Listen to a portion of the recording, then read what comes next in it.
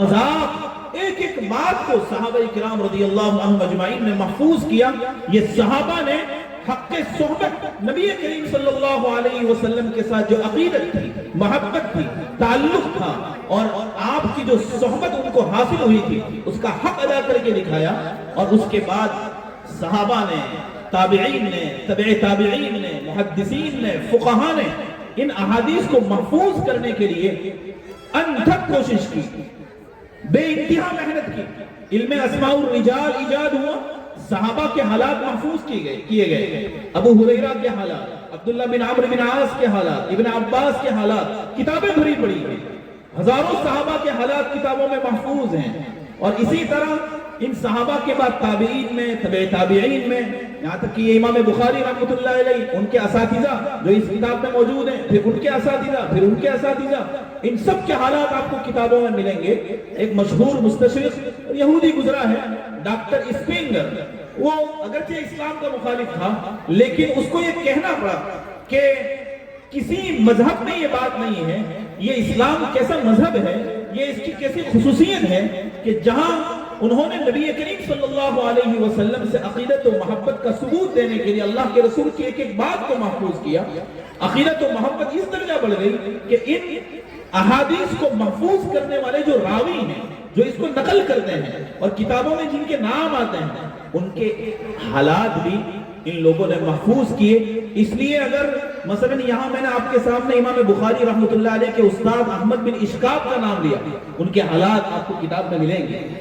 اسی طرح محمد بن فضیل جو احمد بن اشکاب کے استاد ہیں، ان کے حالات آپ کو کتابوں میں ملیں گے. حالانکہ ان کے انتقال کو 1000 سال سے زائد گزر چکے ہیں، لیکن ان کے حالات بھی کتابوں میں موجود ہیں. وہ یہودی، وہ مستشرق، اس کو کہنا پڑا کہ یہ اسلام کی خصوصیت ہے، کسی مذہب کے پاس یہ بات نہیں ہے. 5 لاکھ لوگوں کے حالات مسلمانوں نے محفوظ کیے. ایک تو نہیں، 5 لاکھ لوگ جنہوں نے احادیث کو نقل کیا، ان کے حالات محفوظ کیے اور ان کے باب میں بتلایا کہ یہ سچے تھے، یہ جھوٹے تھے. یہاں تک لکھا کہ کتنی عمر تک ان کا حافظہ صحیح تھا، کون سی عمر کے بعد ان کا حافظہ بگڑ گیا، کب ان سے احادیث لینا صحیح ہے، کب ان سے احادیث لینا صحیح نہیں. ایسا ہوتا ہے آدمی 70 سال 80 سال کا ہے، برابر سب اس کو احادیث یاد ہیں، پھر ایک عمر ایسی ہوئی آدمی بہت بڑا ہو جاتا ہے، بھولنا شروع کر دیتا ہے. اب اس بات کو بھی کتاب میں لکھا گیا کہ 80 سال کے بعد جنہوں نے ان سے علم حاصل کیا اس کا اعتبار نہیں. یہ سب اتنی باریکی کے ساتھ باتیں کتابوں میں لکھی ہوئی ہیں. معلوم یہ ہوا کہ ہمارے اسلاف نے جو اتنی محنتیں کی، کوششیں کی، یہ کوئی ایئر کنڈیشن میں اور جو ہے شامیانوں کے اندر اور درخت کے سائے کے اندر یہ علوم محفوظ نہیں ہوئے، بلکہ خون بہا کر، پسینہ بہا کر، اپنی قربانیوں کو، اپنے گھر والوں کو قربان کر کے، اپنے وقت کو قربان کر کے، اپنے علاقے کو چھوڑ کر، سفر کی صعوبتوں کو برداشت کر کے یہ علوم محفوظ ہوئے اور آج بڑے مرتب انداز میں امت کے پاس موجود ہیں اور امت اس سے استفادہ کر رہی ہے. تو آپ کے سامنے یہ بخاری شریف کی آخری حدیث میں نے پڑھی اور اس سے پہلے حدیث مسلسل بالاولیہ پڑھی، اس پر میں کلام شروع سال میں کر چکا ہوں. امام بخاری رحمۃ اللہ علیہ فرماتے ہیں باب قول اللہ، اللہ تعالیٰ کا فرمان وَنَضَعُ الْمَوَازِينَ الْقِسْطَ لِيَوْمِ الْقِيَامَةِ، ہم قیامت کے دن انصاف کی ترازو قائم کریں گے. انصاف کی ترازو قائم ہوگی. اللہ کے یہاں کوئی رشوت نہیں چلتی. دنیا کے اندر رشوت کا لین دین ہوتا ہے، کسی کو کچھ پیسے تو کام ہو جائے گا، میری رسائی اتنی ہے کہ میں یہ کام تو ویسے ہی چٹکی میں کر لوں گا. لیکن اللہ تعالیٰ کے یہاں رشوت نہیں چلتی. قیامت کے دن کفار و مشرکین جہنم کے عذاب سے بچنے کے لیے اللہ تعالیٰ کے دربار میں یہ ریکویسٹ کریں گے کہ پوری دنیا بھر کر سونا ہم دے دیتے ہیں آپ کو، ہم کو صرف جہنم کے عذاب سے بچائیں گے. ظاہر سی بات ہے کہ وہ وہاں پر زمین بھر کر سونا تو لا نہیں سکتے، لیکن بات کرنے میں کیا حرج ہے. وہ ایسی بات کریں گے، قرآن میں یہ بات موجود ہے۔ اللہ تعالیٰ کہیں گے یہ زمین بھر کر سونا بھی اگر وہ دے دیتے ہیں وہ بھی ان سے قبول نہیں کیا جائے گا۔ اللہ کے یہاں رشوت نہیں چلتی، وہاں انصاف چلتا ہے، اللہ عادل ہے۔ اللہ تعالیٰ اگر کسی کو جہنم میں داخل کرے گا تو اپنے انصاف سے داخل کرے گا، اور کسی کو جنت میں داخل کرے گا تو وہ اس کا فضل ہوگا۔ اللہ تعالیٰ فرماتے ہیں وَنَضَعُ الْمَوَازِينَ الْقِسْطَ، ہم انصاف کی ترازو رکھیں گے، قائم کریں گے لیوم القیامہ، قیامت کے دن۔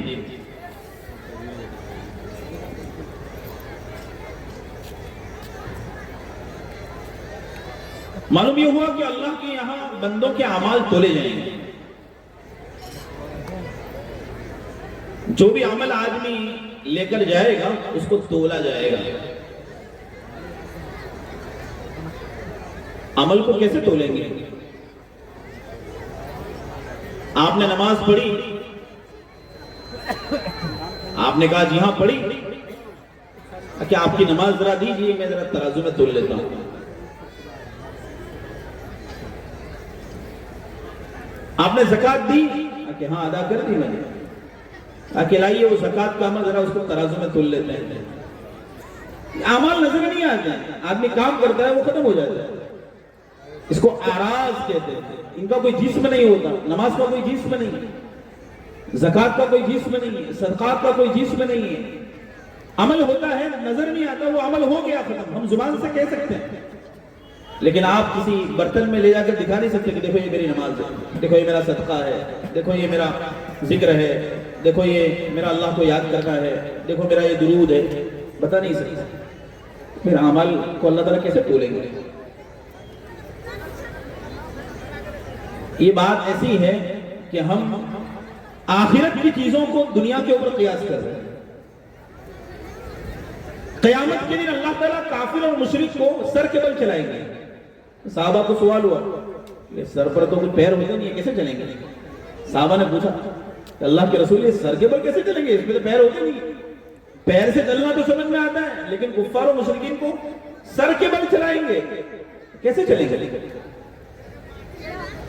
تو اللہ کے رسول صلی اللہ علیہ وسلم نے فرمایا کہ جو اللہ دنیا میں انسان کو پیر کے بل چلا سکتا ہے وہی اللہ قیامت کے دن انسان کو سر کے بل بھی چلا سکتا ہے۔ تو اسی طرح دنیا کے اندر یہ اعمال کا وزن ہم تو نہیں کر سکتے، لیکن جس اللہ نے ہمیں یہ اعمال کرنے کی توفیق دی وہ اللہ جب اس اعمال کو وزن کرنا چاہے گا تو وہ اپنے اعتبار سے وزن کر لے گا، وہ جانے اس کا کام جانے۔ محدثین نے اشکالات کو دور کرنے کے لیے کہا کہ اعمال کو جسم بنایا جائے گا، نماز کو ایک جسم دیا جائے گا، اسی طرح روزوں کو ایک جسم دیا جائے گا، زکوٰۃ کو ایک جسم دیا جائے گا۔ اس لیے آپ کو معلوم ہے اس پر دلالت کرنے والی احادیث موجود ہیں۔ جس شخص نے اپنے مال کی زکوٰۃ ادا نہیں کی تو قیامت کے دن ایک اژدہا، بخاری شریف کی روایت ہے، اس کی گردن میں آ کر لپٹ جائے گا، اس کو ڈنک مارے گا اور کہے گا کہ انا کنزک انا مالک، میں تیرا خزانہ ہوں، میں تیرا مال ہوں۔ معلوم یہ ہوا کہ وہ مال جو جس کی زکوٰۃ ادا نہیں کی تھی وہ جسم بن کر آ گیا۔ جب ملک الموت، موت کا فرشتہ جب روح قبض کرنے کے لیے آتا ہے، جو اچھا انسان ہوتا ہے تو اس کے ساتھ اچھے احوال پیش آتے ہیں، تو اچھا جو عمل ہے، جو اچھا عمل ہے وہ اچھے انسان کی شکل میں مردے کے پاس آتا ہے اور اس کو بشارتیں سناتا ہے۔ مردہ پوچھتا ہے کہ تو کون ہے؟ تو وہ کہتا ہے کہ انا عملک الصالح، میں تیرا نیک عمل ہوں۔ تو اللہ تعالیٰ نیک اعمال کو جسم عطا فرمائیں گے۔ جب جسم عطا فرمائیں گے تو وزن کرنا آسان ہو جائے گا۔ وَنَضَعُ الْمَوَازِينَ الْقِسْطَ، اب اللہ تعالیٰ نے یہاں پر موازین کہتے ہیں ترازو، کئی ترازو کو، ایک ترازو نہیں، ایک ترازو کے لیے عربی میں میزان آتا ہے، یہ اس کی جمع ہے موازین، تو ہم کئی ترازو رکھیں گے۔ سوال یہ کہ ایک ہی ترازو ہوگی یا کئی ترازو ہوگی قیامت کے دن؟ دونوں طرف لوگ گئے ہیں، ایک ہی ترازو ہوگی، اور ایک ہی ترازو کے اندر سب کا وزن ہوگا، پھر اللہ تعالیٰ یہ جمع کیوں لائے؟ اللہ تعالیٰ نے قرآن کریم میں اس کو جمع کیوں استعمال کیا کہ ہم ترازویں رکھیں گے؟ کیوں؟ تو کہا کہ تفخیم کے لیے، اس کی شان کو بڑھانے کے لیے۔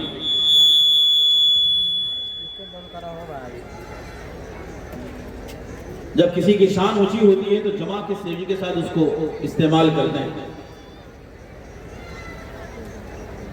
ایک آدمی آ رہا ہے لیکن اس کو جمع کے سیغے سے بلاتے ہیں، آپ تشریف لائیں، اس کی عظمت ہے۔ دوسری بات، جمع کا سیغہ اللہ تعالیٰ اس لیے لائے ہیں، کئی اعمال ہوں گے، نماز ہے، روزہ ہے، زکوٰۃ ہے، حج، الگ الگ اعمال ہے، تو ہر عمل کو دیکھتے ہوئے اللہ تعالیٰ میزان عمل کرنے کی، وزن کرنے کی جو ترازو ہوگی اس کو جمع کے سیغے کے ساتھ اللہ تعالیٰ نے استعمال کیا ہے۔ یا جن کا وزن کیا جائے گا ترازو میں وہ کئی لوگ ہوں گے، ایک آدمی کا وزن نہیں کیا جائے گا، تو کئی لوگوں کو دیکھتے ہوئے جمع کا سیغہ لائے ہیں۔ یا تو اعمال جو الگ الگ ہوں گے اس کو دیکھتے ہوئے جمع لائے، یا پھر الگ الگ لوگوں کا وزن کیا جائے گا اس کو دیکھتے ہوئے اللہ تعالیٰ جمع کا سیغہ لائے ہیں۔ بہرحال ترازو یا تو ایک ہوگی یا کئی ہوگی، وزن ہونا ہے۔ امام بخاری رحمۃ اللہ علیہ یہ جو باب لائے ہیں اخیر میں، یہ معتزلہ کے رد میں لائے ہیں۔ معتزلہ یہ میزان کا اور وزن اعمال کا انکار کرتے ہیں، وہ یہ کہتے ہیں کہ اللہ تعالیٰ کو تو سب معلوم ہے کہ کس نے کیا عمل کیا ہے اور کس نے کیسا عمل کیا ہے اور کس کے اعمال کتنے ہیں، اس کو وزن کرنے کی کوئی ضرورت نہیں۔ لہذا جہاں بھی قرآن کے اندر، حدیث کے اندر اعمال کے وزن کا ذکر آیا ہے، اس سے مراد اللہ کا انصاف ہے، وزن کرنا مراد نہیں ہے۔ یہ معتزلہ کا کہنا ہے، لیکن یہ ان کا باطل مذہب ہے۔ صحیح مذہب یہ کہ اللہ حقیقتاً اعمال کا وزن کریں گے۔ اسی کو بیان کرنے کے لیے امام بخاری رحمۃ اللہ علیہ یہ باب لائے ہیں اور یہ بتلا دیا کہ اعمال کا وزن ہونا ہے۔ اللہ تعالیٰ کو اگرچہ کوئی ضرورت نہیں ہے، لیکن اللہ یہ بندوں کے سامنے اور پوری انسانیت کے سامنے بندوں کے اعمال کا وزن اس لیے کریں گے تاکہ حجت تام ہو جائے، دودھ کا دودھ اور پانی کا پانی لوگوں کے سامنے ظاہر ہو جائے، اور لوگوں کو اپنے اندازے کے مطابق، اپنی سوچ کے مطابق معلوم ہو جائے کہ اللہ حقیقتاً انصاف کرنے والا ہے۔ وَمَا رَبُّكَ بِظَلَّامٍ لِّلْعَبِيدِ، اور آپ کے رب نے کسی بندے پر کوئی ظلم نہیں کیا ہے، ورنہ اللہ کو حقیقت میں کوئی ضرورت نہیں ہے وزن کرنے کی، اس کو سب معلوم ہی ہے۔ وَنَضَعُ الْمَوَازِينَ الْقِسْطَ لِيَوْمِ الْقِيَامَةِ، ہم قیامت کے دن انصاف کی ترازو قائم کریں گے۔ وَأَنَّ أَعْمَالَ بَنِي آدَمَ وَقَوْلَهُمْ تُوزَنْ، اور یہ کہ بنو آدم کے اعمال اور ان کے اقوال، ایک روایت ایک نسخے میں وَقَوْلَهُمْ کی جگہ وَأَقْوَالَهُمْ، ان کے اقوال تولے جائیں گے۔ اعمال کے اندر اقوال بھی آ گئے تھے، عمل میں چلنا پھرنا، اسی طرح بولنا بھی عمل میں ہے، لیکن اس کو خصوصاً ذکر کیا، اقوال کو، باتوں کو۔ ایک ایک بات کی اللہ کے یہاں پکڑ ہوگی، آدمی کیا بولتا ہے، کتنا بولتا ہے۔ بعض لوگ اتنا بولتے ہیں کہ اتنا بولنے کی ضرورت نہیں ہوتی۔ باتوں میں بھی اسراف اور فضول خرچی ہوتی، بات بھی لمیٹڈ ہونی چاہیے۔ جو آدمی کم بولتا ہے اس کا وقار زیادہ رہتا ہے، اور جو بہت بولتا ہے تو وہ بے وقار ہو جاتا ہے، اس کی کوئی عزت نہیں ہوتی۔ لوگ یوں سمجھتے ہیں یہ تو پاگل ہے، یہ تو بولتا ہی رہتا ہے۔ لیکن یاد رکھیں کہ باتوں کا وزن قیامت کے دن کیا جائے گا۔ آپ کیا بول رہے ہو، گالی دے رہے ہو، غیبت کر رہے ہو، چغلی کر رہے ہو، کسی کو اپنی بات سے تکلیف پہنچا رہے ہو، یہ سب باتیں اللہ کے یہاں لکھی جاتی ہیں، اور قیامت کے دن آپ کی باتوں کا بھی وزن کیا جائے گا۔ اس لیے یاد رکھیں، یہ حدیث مجھے اور آپ کو درس دے رہی ہے کہ ہم کچھ بھی بولیں تو تول تول کر بولیں، احتیاط کے ساتھ بولیں، اچھا بولیں، میٹھا بولیں۔ ایسی کوئی بات نہ کریں جس سے کسی کی دل شکنی ہو جائے، ایسی کوئی بات نہ کریں جس سے کسی کا دل شکستہ ہو جائے، ایسی بات نہ کریں جس سے کسی کے درمیان جھگڑا ہو جائے۔ اپنی زبان سے کسی کو گالی گلوچ نہ کریں، کسی کو برا بھلا نہ کہیں، چغلی نہ کریں، غیبت نہ کریں، یہ زبان کے گناہ سے بچیں۔ امام غزالی رحمۃ اللہ علیہ نے اپنی شہرہ آفاق کتاب احیاء علوم الدین میں ہر عضو کے الگ الگ گناہ شمار کرائے ہیں، اس میں زبان کے گناہ سب سے زیادہ شمار کرائے ہیں، اور لکھتے ہیں جرمہ صغیر و جرمہ کبیر، کہ یہ جو زبان ایسا عضو ہے کہ اس کی سائز تو چھوٹی ہے لیکن اس کا جرم اور اس کا کرائم بہت بڑا ہے۔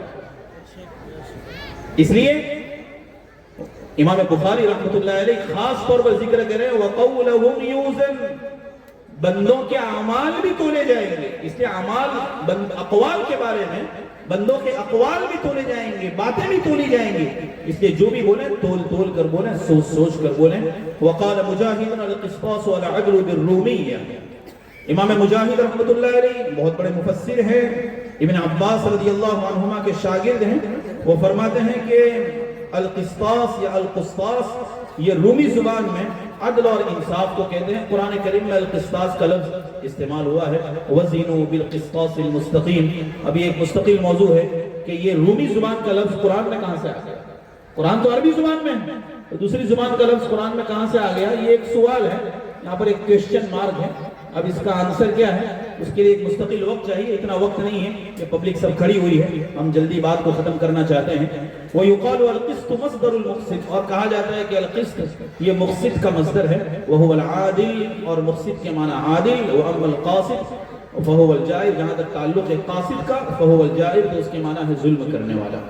حدثنا احمد بن اشکاب قال حدثنا محمد بن فضیل عن عمارة بن القعقاع عن ابی زرعہ عن ابی ہریرہ رضی اللہ عنہ قال قال النبی صلی اللہ علیہ وسلم۔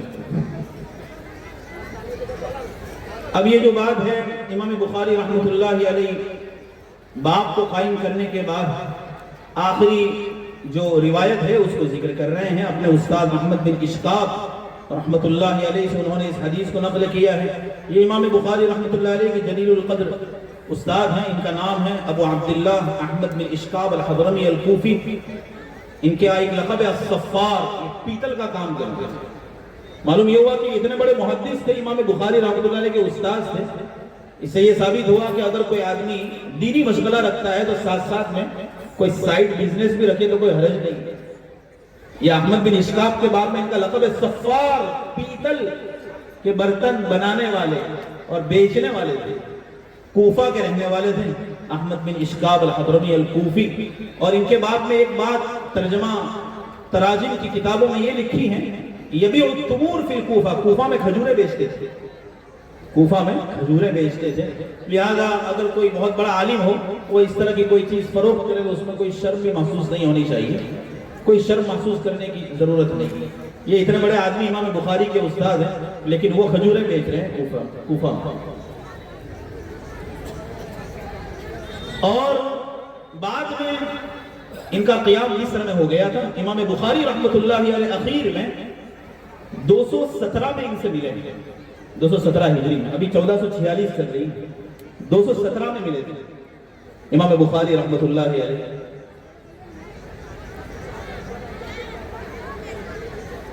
اور ان کا انتقال 218 میں ہوا، آخر میں ملاقات امام بخاری کی 217 میں ہوئی، اور ایک سال کے بعد ان کے شیخ احمد بن اشکاب کا انتقال ہو گیا۔ ان کے استاد ہیں محمد بن فضیل، محمد بن فضیل بن غزوان ابو عبد الرحمن الضبی، بڑے بڑے محدثین نے ان کی توثیق کی۔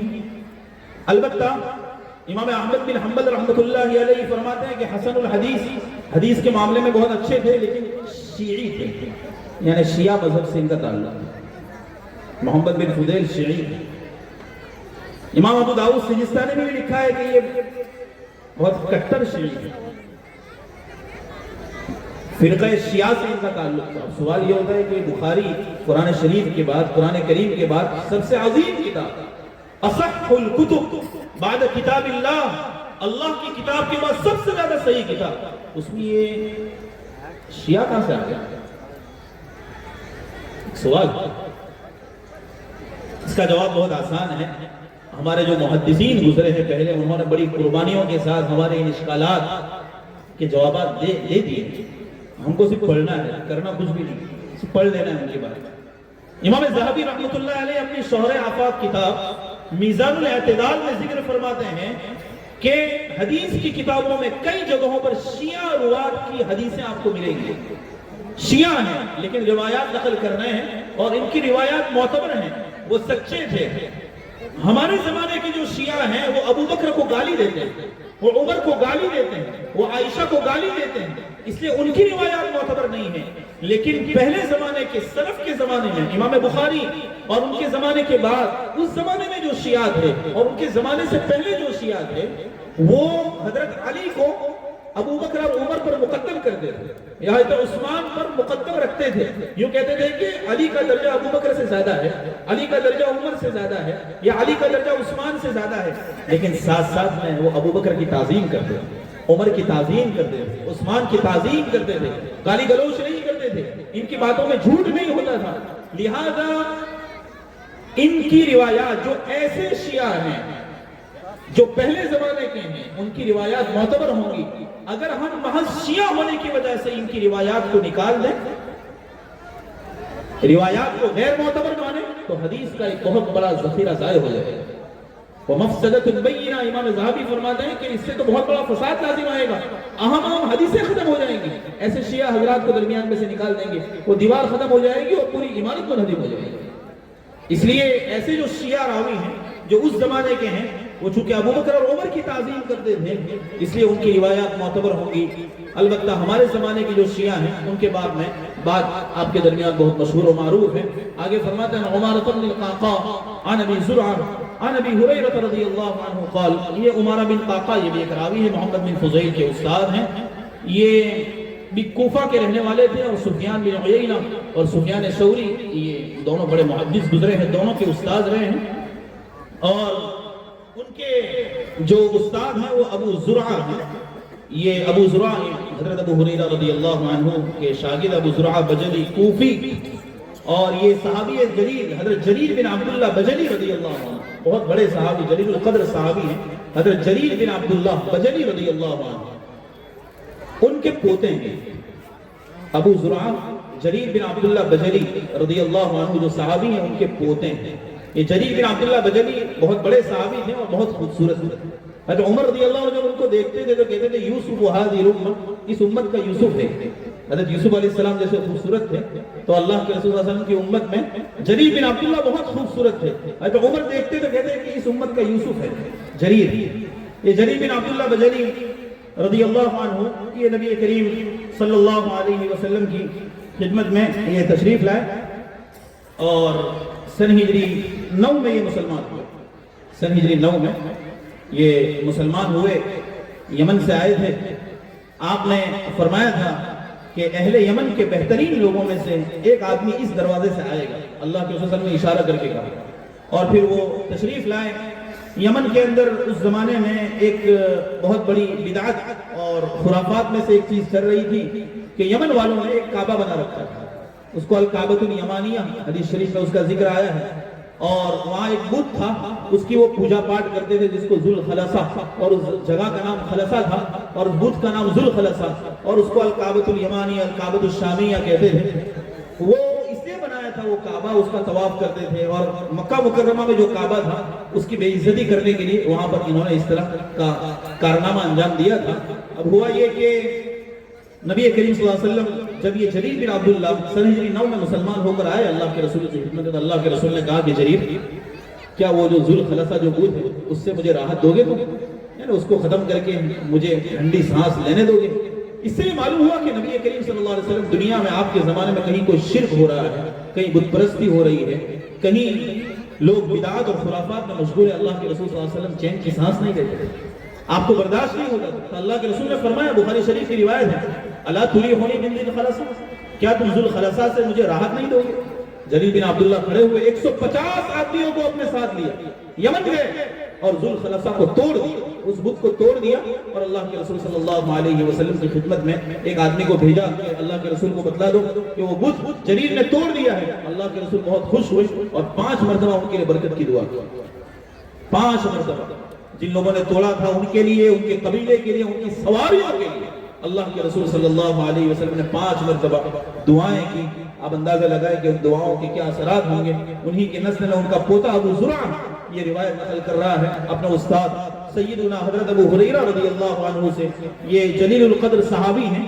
صحابہ کرام رضی اللہ عنہ اجمعین میں ایسے صحابہ ہیں جن کی روایتیں بہت زیادہ ہیں. ان کو مکثرین صحابہ کہا جاتا ہے.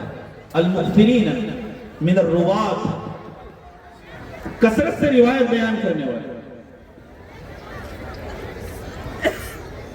جن صحابہ کرام رضی اللہ عنہ اجمعین کی احادیث کی تعداد 1000 سے زیادہ ہو ان کو مکثرین کی فہرست میں شمار کیا جاتا ہے. اور ایسے 7 صحابہ جن کی مرویات کی تعداد 1000 سے زیادہ ہے.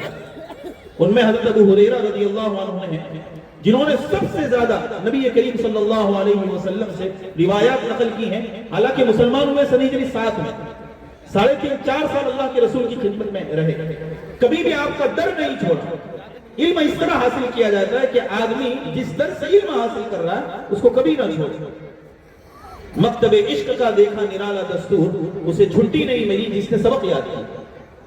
جو سبق یاد کرے اور جو علم کے ساتھ مشغولی رکھے اس کے لیے کوئی چھٹی نہیں ہے.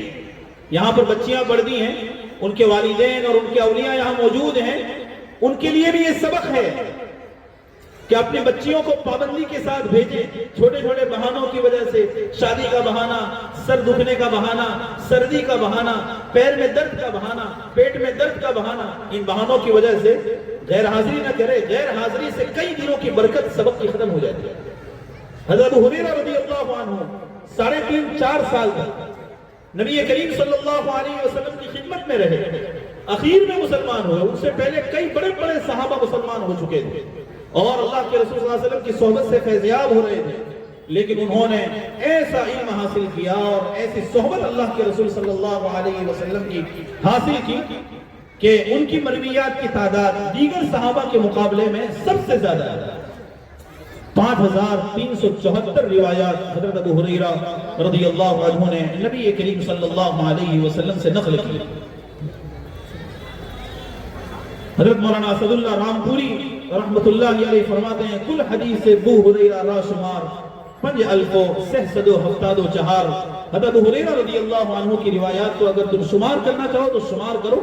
5,774 5374 روایات ہوتی ہے حضرت ابو ہریرہ رضی اللہ عنہ کی. اسی جلیل القدر صحابی حضرت ابو ہریرہ رضی اللہ عنہ سے یہ روایت نقل کی گئی ہے. قال النبي صلى الله عليه وسلم كلمتان حبيبتان إلى الرحمن خفيفتان على اللسان ثقيلتان في الميزان سبحان الله وبحمده سبحان الله العظيم. ایسے 2 کلمے جو رحمان کو بہت محبوب ہیں، زبان پر بہت ہلکے ہیں اور میزان عمل میں بہت زیادہ وزنی ہیں. وہ 2 کلمے ہیں سبحان اللہ وبحمدہ سبحان اللہ العظیم. یہ تو ایک روایت ہو گئی. کلمتان حبیبتان الی الرحمن خفیفتان علی اللسان ثقیلتان فی المیزان. 2 کلمے اس کی 3 صفات قرآن میں نقل کی، حدیث میں نقل کی گئی. نمبر 1 رحمان کو سب سے زیادہ محبوب، نمبر 2 زبان پر ہلکے پھلکے، اور نمبر 3 میزان عمل میں سب سے زیادہ وزنی. وہ 3 کلمے پہلے صفات بیان کر دی اور اس کے بعد بتلایا کہ وہ 3 کلمے کیا ہیں. سبحان اللہ وبحمدہ سبحان اللہ العظیم. ہونا یوں چاہیے سبحان اللہ وبحمدہ سبحان اللہ العظیم. پہلے 2 کلمے بیان کر دینا چاہیے، پھر کہنا چاہیے کلمتان حبیبتان الی الرحمن خفیفتان علی اللسان ثقیلتان فی المیزان. لیکن انداز بدل دیا، خبر پہلے مبتدا بعد میں. ایسا عربی زبان میں ہوتا ہے. والاصل فی الاخبار ان تؤخر وجوزوا التقدیم اذا لا ضرر.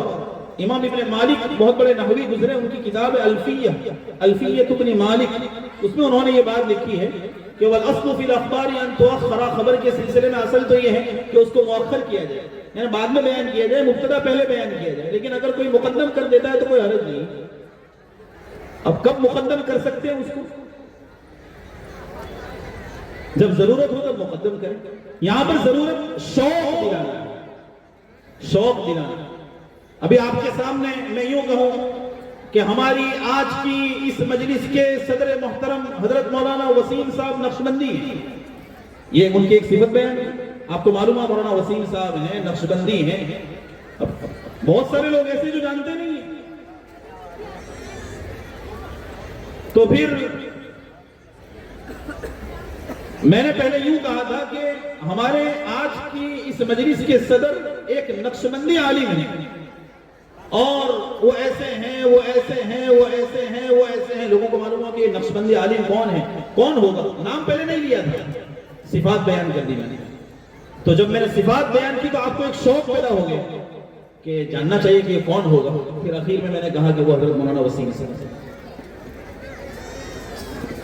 شوق دلانے کے لیے ایسا کرتے ہیں کہ صفات پہلے بیان کر دیتے ہیں. نبی کریم صلی اللہ علیہ وسلم نے رہتی دنیا تک آنے والے انسانوں کو شوق دلانے کے لیے پہلے وہ 2 کلموں کی صفات بیان کر دیں کہ وہ رحمان کو زیادہ محبوب ہیں, زبان پر بڑے ہلکے پھلکے, ان کو بولنے میں کوئی تکلیف نہیں ہوتی, اور بہت آسان مخرج کے اعتبار سے وہ آسانی سے ادا ہو جاتے ہیں, اور میزان عمل میں ان کا وزن بہت زیادہ ہے. کوئی یوں سمجھے کہ زبان پر ہلکے پھلکے ہیں تو میزان عمل میں بھی ان کا وزن اتنا زیادہ نہیں ہوگا. کہا کہ نہیں, ہلکے پھلکے ہے لیکن وزن ان کا بہت زیادہ ہے. تو یہ جب جانا تو لوگوں کو شوق پیدا ہوا کیا ہے, اور شوق کے بعد جب کوئی چیز ملتی ہے تو اس کی قدر ہوتی ہے. پھر اللہ کے رسول صلی اللہ علیہ وسلم نے فرمایا سبحان اللہ و بحمدہ, سبحان اللہ العظیم. یہ 2 کلمے ہیں.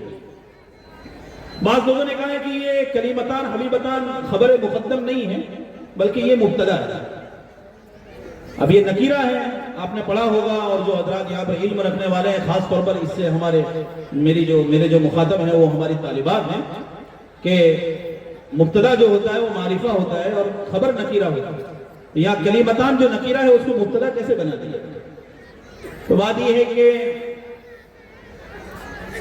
امام اشمونی رحمۃ اللہ علیہ جو الفیہ کے شارح ہیں, انہوں نے 15 مقامات ایسے ذکر کیے ہیں کہ جہاں پر نکیرہ کو بھی مبتدا بنا سکتے ہیں. اس میں سے ایک مقام یہ ہے کہ جہاں نکیرہ کی صفت بیان کر دی جائے تو اس کو مبتدا بنا سکتے ہیں. جیسے قرآن میں ہے وَلَعَبْدٌ مُؤْمِنٌ خَيْرٌ مِّن مُشْرِكٍ. یہ عبد المؤمن, عبد کی صفت مومن لائی گئی, حالانکہ نکیرہ ہے, پھر بھی اس کا مبتدا بننا صحیح اس لیے کہ اس کی صفت لائی گئی.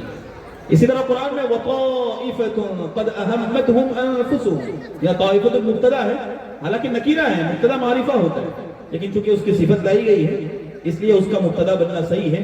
یہ علمی بات ہے, یہ آپ لوگوں کے پلے نہیں پڑے گی. اللہ کے رسول صلی اللہ علیہ وسلم فرماتے ہیں کلمتان حبیبتان الی الرحمن, ایسے 2 کلمے جو رحمان کو زیادہ محبوب, زبان پر ہلکے پھلکے, میزان عمل میں زیادہ وزنی, وہ کون ہے؟ سبحان اللہ و بحمدہ, سبحان اللہ العظیم, سبحان اللہ و بحمدہ, سبحان اللہ العظیم. یہ 2 کلمے نہیں. میں اللہ کی تسبیح بیان کرتا ہوں اس کی حمد کے ساتھ, اور اللہ جو بڑی عظیم الشان ذات ہے اس کی میں تسبیح بیان کرتا ہوں. اور تسبیح کے معنی ہوتے ہیں اللہ کو جمیع عیوب اور جمیع نقائص سے پاک کرنا. اللہ ہر قسم کے عیب سے پاک, اور ہر قسم کی صفت اور ہر کمال سے محلہ, مزین اور آراستہ و پیراستہ ہیں. یہ مطلب ہے سبحان اللہ و بحمدہ, سبحان اللہ العظیم. امام بخاری رحمۃ اللہ علیہ نے اپنی کتاب کی جب ابتدا کی تو پہلی روایت لائے تھے وزن نیت والی, انما الاعمال بالنیات, اعمال کا دار و مدار نیت کیا, اور آخری روایت لائے جس کے اندر وزن اعمال کا تذکرہ کیا. پہلی روایت انما الاعمال بالنیات لا کر کہ اعمال کا دار و مدار نیت پر ہے. بخاری شریف پڑھنے والوں کو اور دنیا میں جتنے بھی لوگ علم حاصل کر رہے ہیں ان کو امام بخاری رحمۃ اللہ علیہ درس دے رہے ہیں کہ آپ علم حاصل کرو, آپ عمل کرو, اصل دار و مدار اخلاص بنے, نیت پر. آپ کس نیت سے علم حاصل کر رہے ہو؟ بعض لوگ علم حاصل کر رہے ہیں تاکہ ان کو علامہ کہا جائے, تاکہ ان کو قاری کہا جائے, قاریہ کہا جائے, بہت بڑی عالمہ کہا جائے, بہت بڑی خطیبہ کہا جائے, بہت بڑا مقرر اور اسپیکر کہا جائے, اور بہت بڑا نحوی, صرفی, محدث اور حافظ قرآن. لوگوں کی ایسی نیتیں ہوتی ہیں. امام بخاری رحمۃ اللہ علیہ بخاری شریف کے شروع میں عمل بالنیت, انما الاعمال بالنیات, اس حدیث کو لا کر یہ درس دے رہے ہیں کہ اصل دار و مدار نیت پر ہے. نیت کے اندر آپ اخلاص پیدا کیجئے تو کیا ہوگا؟ جتنا اخلاص آپ کی نیت کے اندر ہوگا اور جس عمل میں آپ کا اخلاص ہوگا اس عمل کا وزن اللہ کے یہاں ترازو میں زیادہ ہوگا.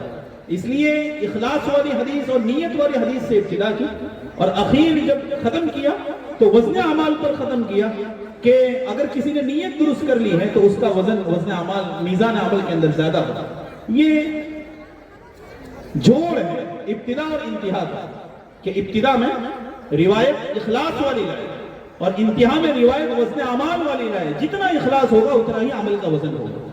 نمازیں سب پڑھتے ہیں لیکن جس کی نماز میں خشوع و خضوع زیادہ ہے، اخلاص زیادہ ہے. بعض لوگ نماز اس لیے پڑھتے ہیں تاکہ اپنے ابو کو دکھائیں، اپنے چچا کو دکھائیں، لوگوں کو دکھائیں کہ میں نماز پڑھ رہا ہوں. بعض لوگ صدقہ دے رہے، صدقہ سب دیتے ہیں.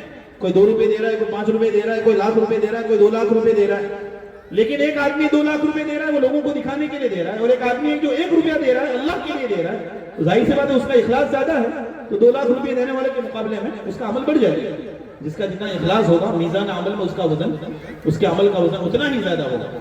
اسی لیے نبی کریم صلی اللہ علیہ وسلم نے فرمایا کہ بعض مرتبہ یعنی اگر کسی انسان نے اخلاص کے ساتھ اللہ کی رضا کے لیے کھجور کا ایک ٹکڑا بھی صدقہ کیا تو قیامت کے دن احد پہاڑ کے برابر اس کو ثواب ملے گا. احد پہاڑ کے برابر. اس لیے اگر ہم غریب ہیں لیکن صدقہ کریں، صدقے کی عادت بنائیں. صدقہ یہ مصیبتوں کو ٹال دیتا ہے. اس کے اندر بڑی قوت اور طاقت ہے، بڑی قوت ہے اس کے اندر، بڑی طاقت ہے. اللہ کے رسول صلی اللہ علیہ وسلم نے فرمایا علی کل سلام بنی آدم صدقہ. انسان کے اندر اللہ تعالیٰ نے ہر انسان کے اندر 360 جوڑ بنائے. جوڑ تو سمجھتے ہیں آپ؟ جوڑ. اللہ نے انسان کی باڈی میں 360 جوڑ رکھے ہیں. 360 جوڑ ہے بدن کے اندر. اللہ کے رسول نے فرمایا ہر جوڑ پر صدقہ ہے. صحابہ کو یہ ہوا کہ صدقہ، ہم تو غریب ہیں کیسے صدقہ ادا کریں گے؟ تو اللہ کے رسول نے فرمایا اگر کوئی سبحان اللہ کہہ دیتا ہے تو یہ بھی صدقہ ہے، الحمدللہ کہنا بھی صدقہ، اللہ اکبر کہنا بھی صدقہ، یہ سب صدقہ ہے. لیکن ہمارے شیخ محترم حضرت مولانا محمد قمر الزمان صاحب الہ آبادی دامت برکاتہم نے ایک مرتبہ فرمایا کہ ٹھیک ہے اللہ کے رسول نے فرمایا سبحان اللہ کہنا صدقہ، الحمدللہ کہنا صدقہ، اللہ اکبر کہنا صدقہ، مسکرا کر کسی کو ملنا صدقہ. لیکن ہم کتنے گئے گزرے ہیں اگر کوئی آدمی اپنے جوڑ جو 360 ہیں اس کے لیے ہر جوڑ کے بدلے میں 1 پیسہ صدقہ کرے تو 360 جوڑ کے 3 روپے 60 پیسے ہوں گے. ہم کیسی کیسی چیزوں میں، چائے پینے میں، بیڑی سگریٹ کے اندر، ویمن کے اندر اور ادھر ادھر کے کاموں میں 20 روپے گوا دیتے ہیں. لیکن اللہ کی خاطر روزانہ کوئی اپنے جوڑ کی طرف سے، اپنے جسم کی طرف سے 3.5 روپے اللہ کی خاطر دینے کے لیے تیار ہے. ہم کتنے گئے گزرے. اس لیے صدقے کا مزاج بناؤ، صدقات کیجئے، روزانہ کچھ نہ کچھ صدقہ کیجئے.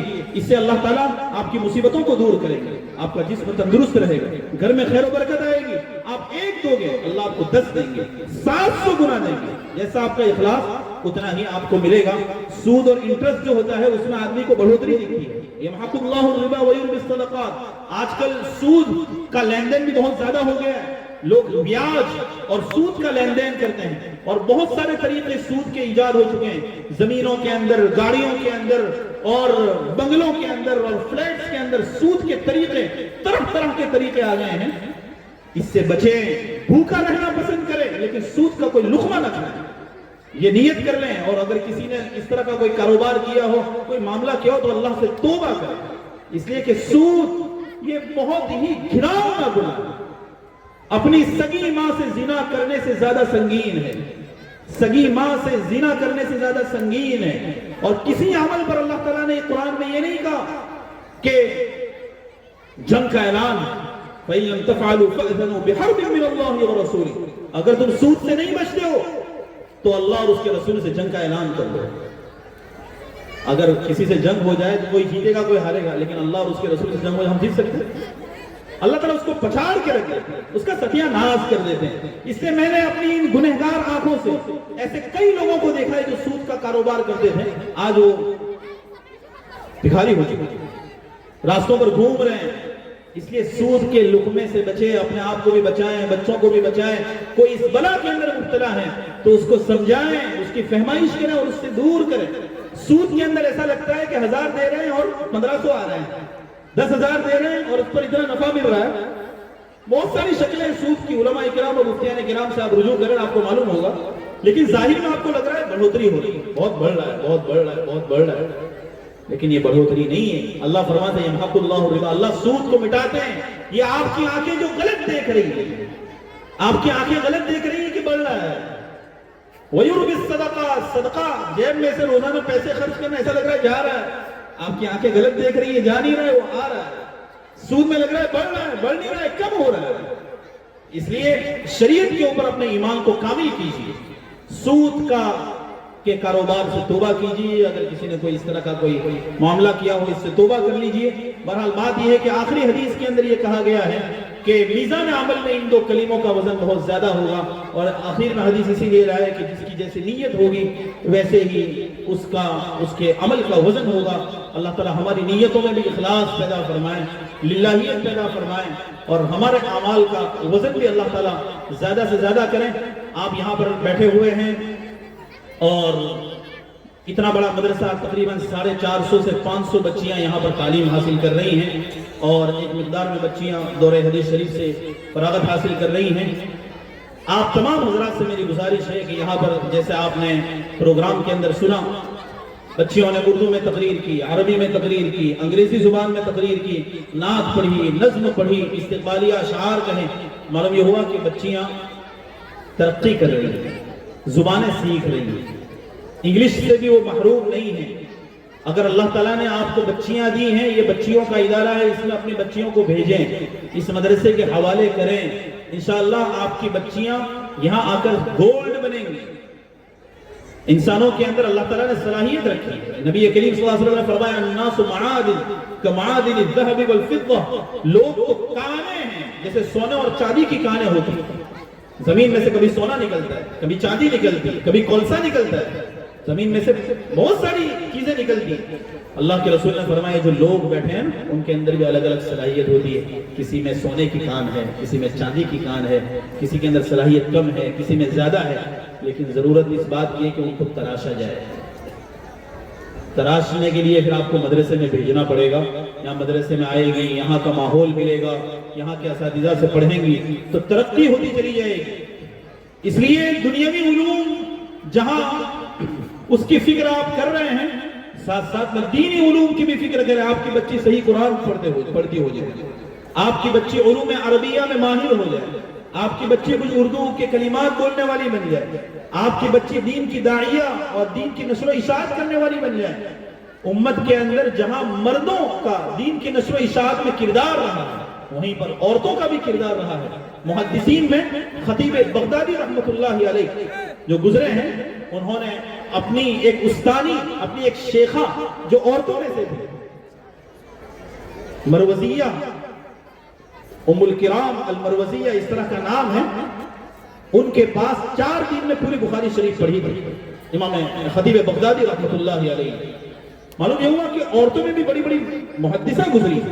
میں نے 4 سال پہلے جب مصر کا سفر کیا، مصر ایجپٹ جس کو آج کہا جاتا ہے، تو تقریباً 8 سے 10 عورتوں سے میں نے علم قرآت حاصل کیا، قرآن سنایا ان کو۔ وہ بڑی بڑی قاریات تھی، ایسی قاریات کہ میں اور آپ تو وہاں تک پہنچ بھی نہیں سکتے۔ وہ قرآت میں ماہر، شاطبیہ یاد ہے، جزریہ یاد ہے، تحفۃ الاطفال یاد ہے، یہ سب عربی کتابیں ان کو ازبر ہیں، اور پورے قرآن کی حافظہ ہیں، اور ایک روایت سے نہیں 7 روایتوں سے وہ قرآن کو اس طرح پڑھ سکتی ہے جیسے ہم سورہ فاتحہ پڑھتے ہیں، الحمدللہ رب العالمین الرحمن الرحیم مالک یوم الدین، یہ قرآت ہے۔ اہدنا الصراط المستقیم، اہدنا الصراط المستقیم، یہ قرآت ہے۔ اس پر ایمان لانا ضروری ہے، کوئی اس کا انکار کر دے تو وہ ایمان سے نکل سکتا ہے۔ قرآت ہم ایک ہی سنتے آ رہے ہیں، مالک یوم الدین، لیکن معلوم ہونا چاہیے ایسی 10 قرآتیں جو متواتر ہیں، نماز میں ان کو پڑھ سکتے ہیں، اس میں سے ایک ہے مالک یوم الدین۔ ایسا پورا قرآن 7 سے 10 قرآتوں میں پڑھا جاتا ہے۔ تو ایسے لوگ دنیا کے اندر بڑی کم تعداد میں، اب تو بڑی تعداد میں ہے۔ مصر میں جب میں گیا تو وہاں پر میں بڑی تعداد میں تقریباً 7 سے 8 عورتوں سے ملا جو پورا قرآن ان 10 قرآتوں میں پڑھنا جانتی تھی، 10 قرآتوں، اور کہیں سے بھی آپ پڑھاؤ ایسا پڑھتی تھی جیسے آج کل ہم سورہ فاتحہ پڑھتے ہیں، سورہ فاتحہ سے بھی زیادہ قرآتیں ان کو یاد تھی، شاطبیہ ازبر تھی۔ اور تعجب کی بات یہ ہے کہ میں ایسی عورتوں سے ملا ہوں جو بڑی عمر والی، 70 سال کی عمر، نابینا ہے، کبھی آنکھ سے دیکھا نہیں، انہوں نے 50 سال پہلے اپنے استاد سے جو شاطنیہ پڑھی تھی، عربی زبان میں پوری کتاب ہے، اس کو یاد کرنا بہت مشکل ہے، تو انہوں نے 50 سال پہلے جو باتیں یاد کی تھی، میں نے کہا کہ آپ سنائیے، تو فوراً انہوں نے پوری کتاب سنانا شروع کر دیا، اس میں 1000 اشعار ہیں۔ میں نے کہا کہ شروع سے یہ پڑھیے، فلاں جگہ سے یہ پڑھیے، فلاں جگہ سے پڑھیے۔ انہوں نے کہا 50 سال پہلے استاد کے پاس یاد کیا تھا، ابھی پڑھ رہی ہوں۔ معلوم یہ ہوا کہ کیسا یاد ہوگا، کیسا علم حاصل کیا ہوگا، کیسی محنت کی ہوگی۔ اس لیے آپ اپنی بچیوں کو اس ادارے کے اندر بھیجیں، اور یہ بچے آپ کے پاس ایک امانت ہے اللہ کی جانب سے، اور امانت میں امانت داری کا خیال رکھنا، اور اس میں امانت داری کا خیال رکھنا، خیانت نہ کرنا، یہی ہے کہ جہاں آپ ان کو دنیا میں علوم دے رہے ہیں، ساتھ ساتھ میں ان بچیوں کو دینی علوم سے بھی آراستہ و پیراستہ کریں۔ پھر ہم بچیوں کو اسکول میں تو بھیجتے ہیں، ساتھ ساتھ میں ٹیوشن میں بھیج رہے ہیں۔ بچی بڑی ہو گئی، اس کو کالج کرا رہے ہیں۔ ٹھیک ہے، ایک ڈگری حاصل کرنا اگر وہ قاعدے اور ضابطے کے مطابق ہو تو ٹھیک، ورنہ کالج کے بڑے نقصانات ہیں۔ اس زمانے میں یہ جو زمانہ ہے، یہ ارتداد کا دور ہے۔ ارتداد بڑی تیزی کے ساتھ پھیل رہا ہے، ایک آندھی ہے۔ آج سے 50 سال پہلے حضرت مولانا ابو الحسن علی ندوی رحمۃ اللہ علیہ نے کتاب لکھی تھی، ردۃ ولا ابا بکر لها۔ ارتداد ہے، لیکن اس ارتداد کو، ارتداد سمجھتے ایمان سے ہٹ جانا، لا الہ الا اللہ محمد رسول اللہ کا گویا انکار کر دینا، ایک اللہ کو چھوڑ کر کئی بتوں کی پوجا کرنا، یہ ارتداد ہے۔ اس زمانے میں آندھی آئی تھی، حضرت مولانا ابو الحسن علی ندوی نے کتاب لکھی تھی کہ ارتداد ہے، لیکن اس کو ختم کرنے کے لیے آج کوئی ابو بکر صدیق نہیں۔ یہ 50 سال پہلے کی بات ہے۔ اگر اس زمانے میں حضرت مولانا ابو الحسن علی ندوی ہوتے ہیں تو ان کی نیند حرام ہو گئی ہوتی۔ اس زمانے میں ارتداد بہت بڑھ گیا۔ 2017-18 کی میں رپورٹ پڑھ رہا تھا، پورے ملک کے اندر 2018 یا 17 کی رپورٹ ہے، 9 لاکھ لڑکیاں ایمان سے برگشتہ ہو چکی، مرتد ہو چکی، ایمان کو چھوڑ چکی۔ یہ صرف آپ کے علاقے کی، یو پی کی اور میوات کی اور پنجاب کی بات نہیں ہے، میں گجرات سے آ رہا ہوں۔ ہمارے علاقے کے اندر جہاں اتنے مدارس ہیں، بڑی محنت اور بہت سارے مدارس، مکاتب آپ گن نہیں سکتے، اتنے مدرسے، عالی شان مدارس، عالی شان مساجد، ہمارے علاقے کے اندر بھی ارتداد ہے۔ ایک بچی، وہ کسی غیر مسلم کے ساتھ اس کا رشتہ ہو گیا، گھر والے سمجھا رہے ہیں، لیکن وہ کہہ رہی کہ میں تو شادی اسی سے کروں گی اور ایمان کو چھوڑنے کے لیے تیار۔ بہت سمجھایا اس کو، بہت سمجھایا، سمجھنے کے لیے تیار ہے۔ یہ کالج کے نقصانات ہیں۔ اپنی بچیوں کے ایمان کو بچائیے۔ یہ جو کفر ہے، یہ جو ارتداد ہے، یہ ایسے راستے سے آتا ہے جہاں فقر ہوتا ہے، جہاں غریبی ہوتی ہے، وہاں ارتداد آتا ہے۔ یہودی مشنریز، نصرانی مشنریز اور غیر مسلمین کی محنتیں اور ان کی کوششیں وہاں کام کرتی ہیں، کارگر ہوتی ہیں جہاں پر فقر ہوتا ہے، جہاں غریبی ہوتی ہے، جہاں کچھ موقع ملتا ہے۔ اس لیے اللہ تعالیٰ نے آپ کو امانت کے طور پر جو بچے دیے ہیں، بچیاں دی ہیں، آپ جہاں ان کی دنیا کا خیال رکھ رہے ہیں، جہاں یہ خیال رکھ رہے ہیں کہ اس کو سردی نہ ہو جائے، اس کو بخار نہ آ جائے، اس کے سر میں درد نہ ہو، اس کے پیر میں درد نہ ہو، اس کو کوئی چوٹ نہ آ جائے، ساتھ ساتھ میں یہ بھی خیال رکھیں کہ کہیں اس کے دل کے اوپر نفاق کا، ارتداد کا دھبا نہ لگ جائے، اس کا بھی خیال رکھیں۔ اس لیے مدرسوں کے اندر بچیوں کو بھیجیں، اسکول میں بھیج رہے ہیں، ساتھ ساتھ میں مدرسے میں بھی بھیجیں۔ یہاں پر دین دنیاوی تعلیم کا بھی نظام ہے، یہاں بھیجیں۔ مدرسہ جو ہے وہ اسکول کی راہ سے آنے والی گندگی کا، یوں سمجھئے فلٹر مشین ہے۔ اسکول سے کوئی گندگی بچی لے کر آئی ہے، بچہ لے کر آیا ہے، مدرسہ فلٹر مشین ہے، یہاں اس کی دھلائی ہو جائے گی، یہاں اس کی صفائی ہو جائے گی، اور کوئی بھی باہر کی طاقت آپ کے بچے کے ایمان کا بال بکا نہیں کر سکے گی۔ اور آپ اتنی بڑی تعداد میں یہاں پر آئے ہیں، یہ انتہا درجے کی آپ کی مدرسے سے محبت کی علامت ہے۔ محبت سے، مدرسے سے انتہا درجے کی محبت کی علامت ہے کہ آپ یہاں تشریف لائیں۔ میں آپ حضرات سے ریکویسٹ کرتا ہوں، عاجزانہ اور مؤدبانہ درخواست کرتا ہوں کہ آپ آئندہ بھی مدرسوں کو اسی طرح محبت کی نگاہ سے دیکھتے رہتے ہیں۔ مدرسے کی راہ میں کبھی رکاوٹ نہ بنے، کبھی رکاوٹ نہ بنے۔ بلکہ راستے ہموار کرتے چلے جائیں. یہ دین کا کام ہے, یہ چلتا ہی رہے گا. دیے سے دیا یوں ہی جلتا رہے گا, دیے سے دیا یوں ہی جلتا رہے گا, سدا دین کا کام چلتا رہے گا. اس کو کوئی روک نہیں سکتا ہے. مسجد نبوی میں سب سے پہلا مدرسہ صفہ قائم ہوا, اسی کے یہ سب بچے ہیں. دنیا کے اندر جتنے مدرسے ہیں وہ ام المدارس صفہ, سب سے پہلے صحابہ کرام رضی اللہ عنہم اجمعین کا مدرسہ مسجد نبوی میں ایک چبوترا تھا جس کے آثار اور نشانات آج بھی موجود ہیں. اور اس راہ سے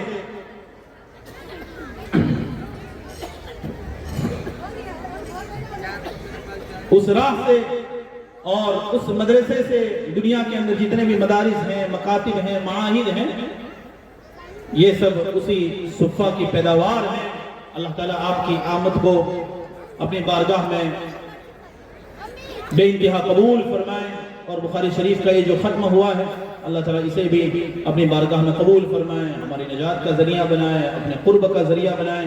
اور جن طالبات نے اس سال بخاری شریف پڑھی ہیں اور حدیث کی کتابیں پڑھی ہیں جو دورہ حدیث میں ہیں, میرے مشائخ نے جو مجھے حدیث شریف کی اجازت دی ہے, میں ان جمیع طالبات کو اور یہاں پر جو علماء موجود ہیں جو مجھ سے اجازت حدیث حاصل کرنا چاہتے ہیں, میں ان کو بھی اپنی جانب سے حدیث کی اجازت عامہ دیتا ہوں. آپ میرے طرف سے حدیث کو روایت کر سکتے ہیں. حدیث شریف میں میرے اساتذہ جیسا کہ حضرت مولانا مفتی رحمۃ اللہ صاحب نے بتلایا تھا 300 سے زیادہ ہیں ان کی تعداد. ان جمیع مشائخ نے مجھے جو حدیث کی اجازت دی ان تمام کے طرق سے میں ان طالبات کو خاص طور پر اور علماء کرام میں جو بھی مجھ سے اجازت حدیث لینا چاہتے ہیں ان کو میں اجازت عامہ دیتا ہوں. اور اجازت عامہ کا مطلب یہ ہے کہ آپ میرے طریق سے بخاری بھی روایت کر سکتے ہیں, مسلم بھی روایت کر سکتے ہیں, ابو داؤد, ترمذی, نسائی, ابن ماجہ, شمائل, موطا, شرح معانی الاثار اور متداول غیر متداول جتنی بھی کتابیں ہیں وہ سب آپ روایت کر سکتے ہیں. میں تو یہاں پر ایک مدرسے میں جیسا درس ہوتا ہے اس انداز سے میں درس دینے والا تھا اور اس طرح کا کچھ درس دیا بھی, لیکن بہت ساری باتیں میں نے ابھی بھی بیان نہیں کی ہیں. وجہ اس کی ہے کہ اتنا بڑا مجمع ہے, اس کو میں نے دیکھا, میں نے سوچا کہ اگر میں وہ سب درسی باتیں کروں گا تو ان کو کچھ بھی پلے نہیں پڑے گا, کچھ سمجھ میں نہیں آئے گا. وہ یہ سوچیں گے کہ پتہ نہیں مولانا کیا بول کر چلے گئے. ایک صاحب کو جو ہے اچھی اردو بولنے کا بہت شوق تھا, بہت شوق تھا, اچھی اردو بولتے ہیں. تو ایک دیہاتی آدمی ان کو ملنے کے لیے گیا تو وہ کاشتکار تھا, کھیتی کرتے تھے. تو وہ صاحب جن کو اردو بولنے کا بہت شوق تھا ان سے ملنے کے لیے گئے تو انہوں نے پوچھا کہ جناب عالی امسال آپ کے کشت زار گندم میں تقاطر امطار ہوا یا نہیں؟ جناب عالی امسال آپ کے کشت زار گندم میں تقاطر امطار ہوا یا نہیں؟ تو جو دیہاتی بھائی آئے تھے وہ اپنے ساتھی جو ہاتھ میں لے کر آئے تھے ان کو کہنے لگے کہ بڑے میاں قرآن کی تلاوت کر رہے ہیں, بات میں آتے ہیں. تو اگر میں بھی اس طرح کی باتیں آپ کے سامنے کرتا تھا آپ کو ایسا لگتا کہ مولانا کچھ قرآن کی تلاوت کر کے چلے گئے, کچھ سمجھ میں تو آیا نہیں, اس لیے میں نے ایسی کچھ باتیں کر دی جو آپ کو سمجھ میں آئے. ورنہ درس کا انداز یہ نہیں ہوتا ہے, درس کا انداز دوسرا ہوتا ہے جو آپ نے کچھ نہ کچھ درمیان میں سنا. اللہ تعالیٰ ہمارے اس مل بیٹھنے کو قبول فرمائے. اب ہمیں مدرسے جو جلسے کے صدر محترم حضرت مولانا وسیم صاحب سے بہت کچھ سننا ہے اور وہ ہمارے رہبر ہیں, ہمارے سرپرست ہیں. اللہ تعالیٰ ان کی آمد کو ہم سب کے لیے باعث برکت بنائے, پوری بستی کے لیے باعث خیر و برکت بنائے اور ہماری اس مجلس کو اپنی بارگاہ میں قبول فرما کر ہم تمام کی نجات کا ذریعہ بنائے. آمین. وآخر دعوانا ان الحمدللہ رب العالمین. جزاکم اللہ خیر. ماشاءاللہ حضرت کی باتیں بڑی قیمتی تھی, ہم سب محظوظ ہو رہے تھے. اللہ تعالیٰ ہم سب کو عمل کی توفیق عطا فرمائے. رات بہت طویل ہو گئی ہے اور پروگرام کو ہم مختصر کرتے ہوئے پروگرام کے آخری مرحلے میں جا رہے ہیں. ختم بخاری شریف کے درمیان حضرت صدر محترم حضرت مولانا وسیم احمد صاحب بھی تشریف لا چکے ہیں جن کی صدارت میں جلسہ چل رہا ہے. اب آخری خطاب انہی کا ہوگا. ان کے خطاب سے پہلے چند اشعار نعت پاک کے پیش کرنے کے لیے میں قاری محمد اللہ صاحب کو دعوت دے رہا ہوں. اس کے بعد حضرت کا خطاب ہوگا اور دعا پر اس مجلس کا اختتام ہوگا.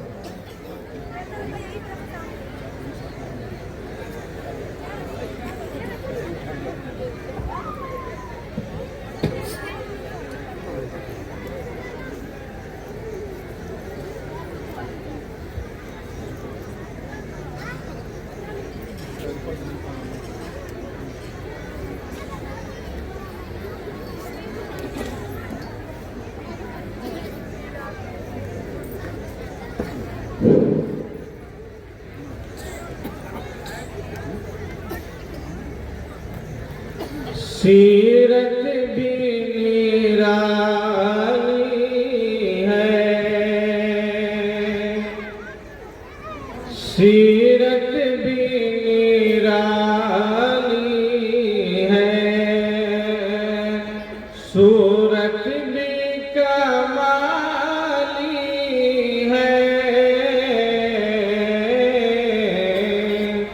حضرت مولانا مفتی عبداللہ صاحب سے توجہ چاہوں گا میں.